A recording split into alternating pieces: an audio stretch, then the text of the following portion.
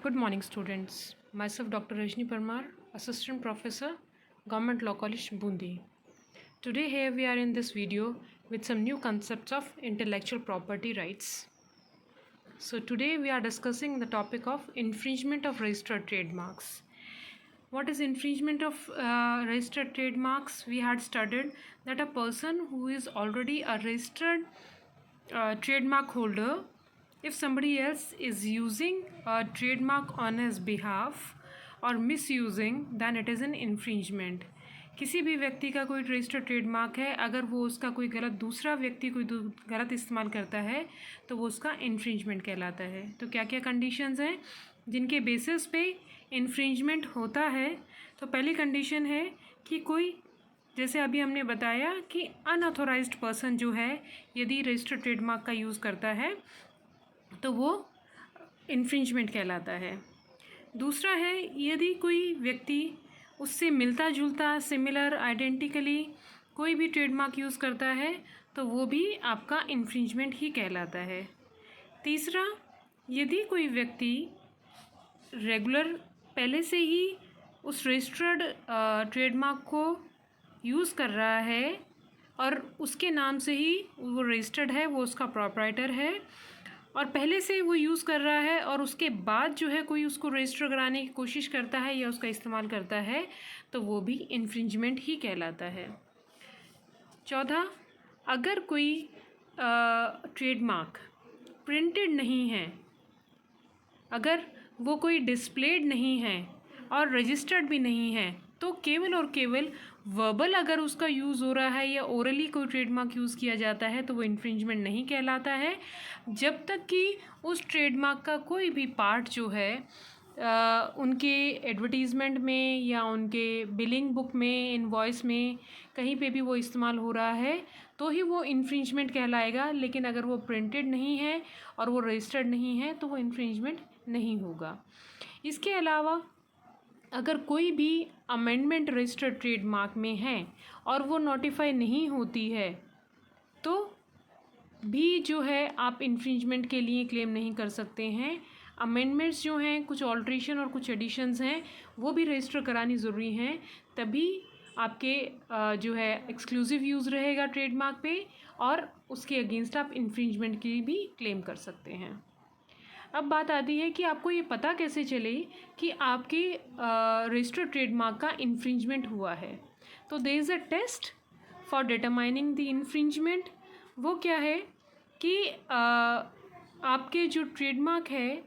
उसके लिए पहली चीज़ तो कि अन्य कोई अनऑथोराइज्ड व्यक्ति आपके ट्रेडमार्क को यूज़ कर रहा है और उसको प्रूफ क्या करना है कि वो उसको मैलाफाइड इंटेंशन से, डिसेप्शन से उसको इस्तेमाल कर रहा है और आपकी गुडविल को अर्न कर रहा है. आपके सिमिलर ट्रेडमार्क को जो है यूज़ करके वो कन्फ्यूजन क्रिएट कर रहा है कंज्यूमर के लिए और फिर उससे गुडविल अर्न कर रहा है या अपने जो है ट्रेड को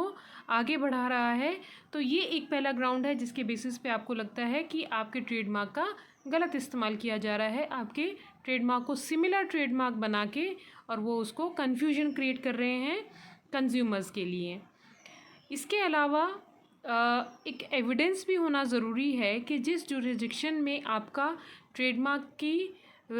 पब्लिसिटी है या उसका जो है रिकग्निशन है उसी में ही आपको लॉसेस हो रहे हैं उस सिमिलर ट्रेडमार्क को यूज़ होने से. तो एक एविडेंस जो है वो भी ज़रूरी है. उसके अलावा केवल ये नहीं कि आपको उसका नुकसान हुआ है, if they are likely to cause losses to the company, still you can go for the rights to claim for the infringement. तब भी आप उसके लिए जो है infringement के लिए claim कर सकते हैं क्योंकि आपको जो है एक ये आशा है कि उसको आपको उसका नुकसान होगा क्योंकि वो एक डिसेप्शन क्रिएट कर रहा है, एक आम आदमी को जो है कन्फ्यूजन क्रिएट कर रहा है. तो that would be a infringement and you can go for the right to claim for the against the infringer. What are the common forms of infringement?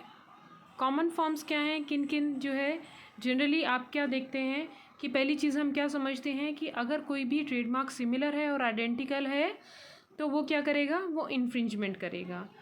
Advertisement में अगर कोई सिमिलर ट्रेडमार्क यूज़ किया जा रहा है, प्रमोशन के लिए किया जा रहा है और एक्चुअल में वो ट्रेडमार्क नहीं है, तो भी वो इन्फ्रिंजमेंट का एक तरीका माना जाता है। तीसरा, अगर आप लेबलिंग और पैकिंग में उस ट्रेडमार्क को यूज़ कर रहे हैं और एक्चुअल में आपने प्रोडक्ट में यूज़ नहीं किया है, तो भी वो इन्फ्रिंजमेंट माना जाता है।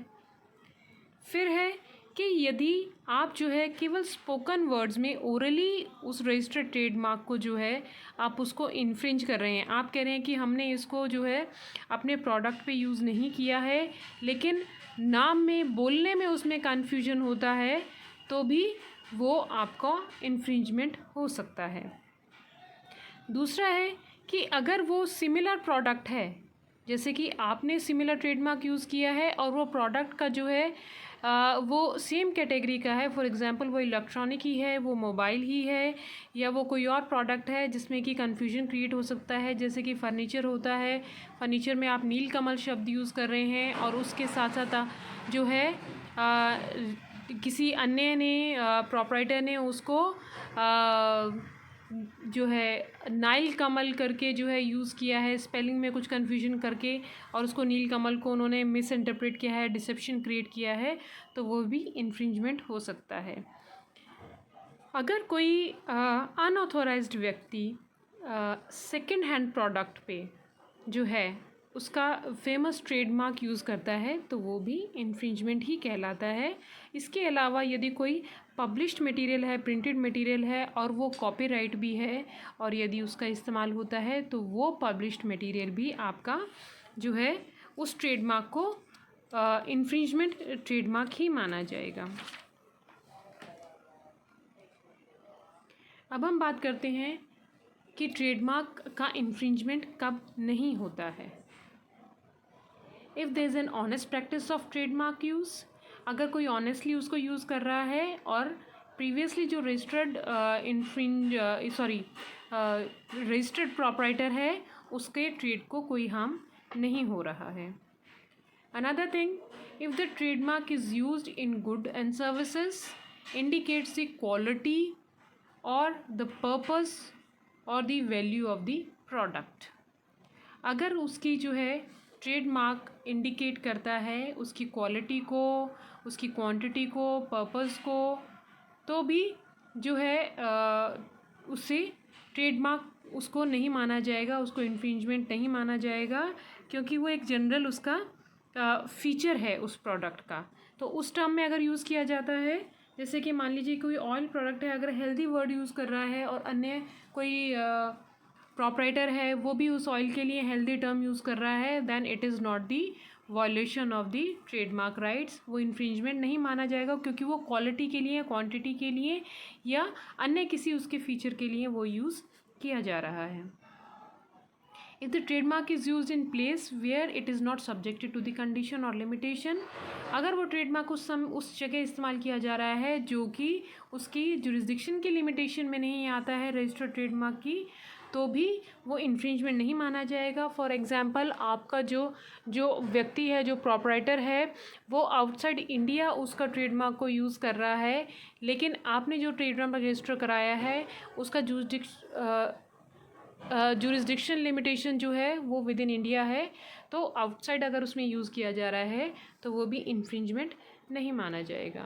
If they are more than one proprietors and registered proprietor is not remove from the revised assignment, आपने उसको जो है ट्रांसफ़र नहीं किया है, उसको रिमूव नहीं किया है, तो भी वो प्रोप्राइटर उसका जो है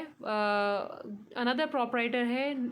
although he is no more along with your trade, लेकिन अगर वो उसका यूज़ करता है तो भी वो अनऑथराइज्ड नहीं माना जाएगा, क्योंकि आपने उसको रिवाइज्ड असाइनमेंट में उसका नाम नहीं हटाया है। If the registered trademark is used by a person who acquired the right through assignment and it does not constitute infringement, अगर कोई व्यक्ति को आपने उसको रिटर्न में असाइन करके आपने उसको ट्रांसफ़र किया है ट्रेडमार्क, और although he is not registered, अभी तक उसने रजिस्टर नहीं कराया है, लेकिन पहले से ही वो ट्रेडमार्क रजिस्टर्ड है और आपने उसको असाइन कर दिया है, still the person using that trademark before the registration shall not be considered as infringement of trademark. If the registered user has permitted the proprietor to use the applied trademark, अगर कोई registered proprietor है और वो उसको permit कर देता है, it means voluntarily जो है वो उसके यूज़ को परमिट कर रहा है, उसको कोई प्रॉब्लम नहीं है, उसका जो है बिजनेस भी उससे हार्म नहीं हो रहा है, तो भी वो इन्फ्रिंजमेंट नहीं माना जाएगा, क्योंकि voluntarily he has accepted that he may use the that trademark.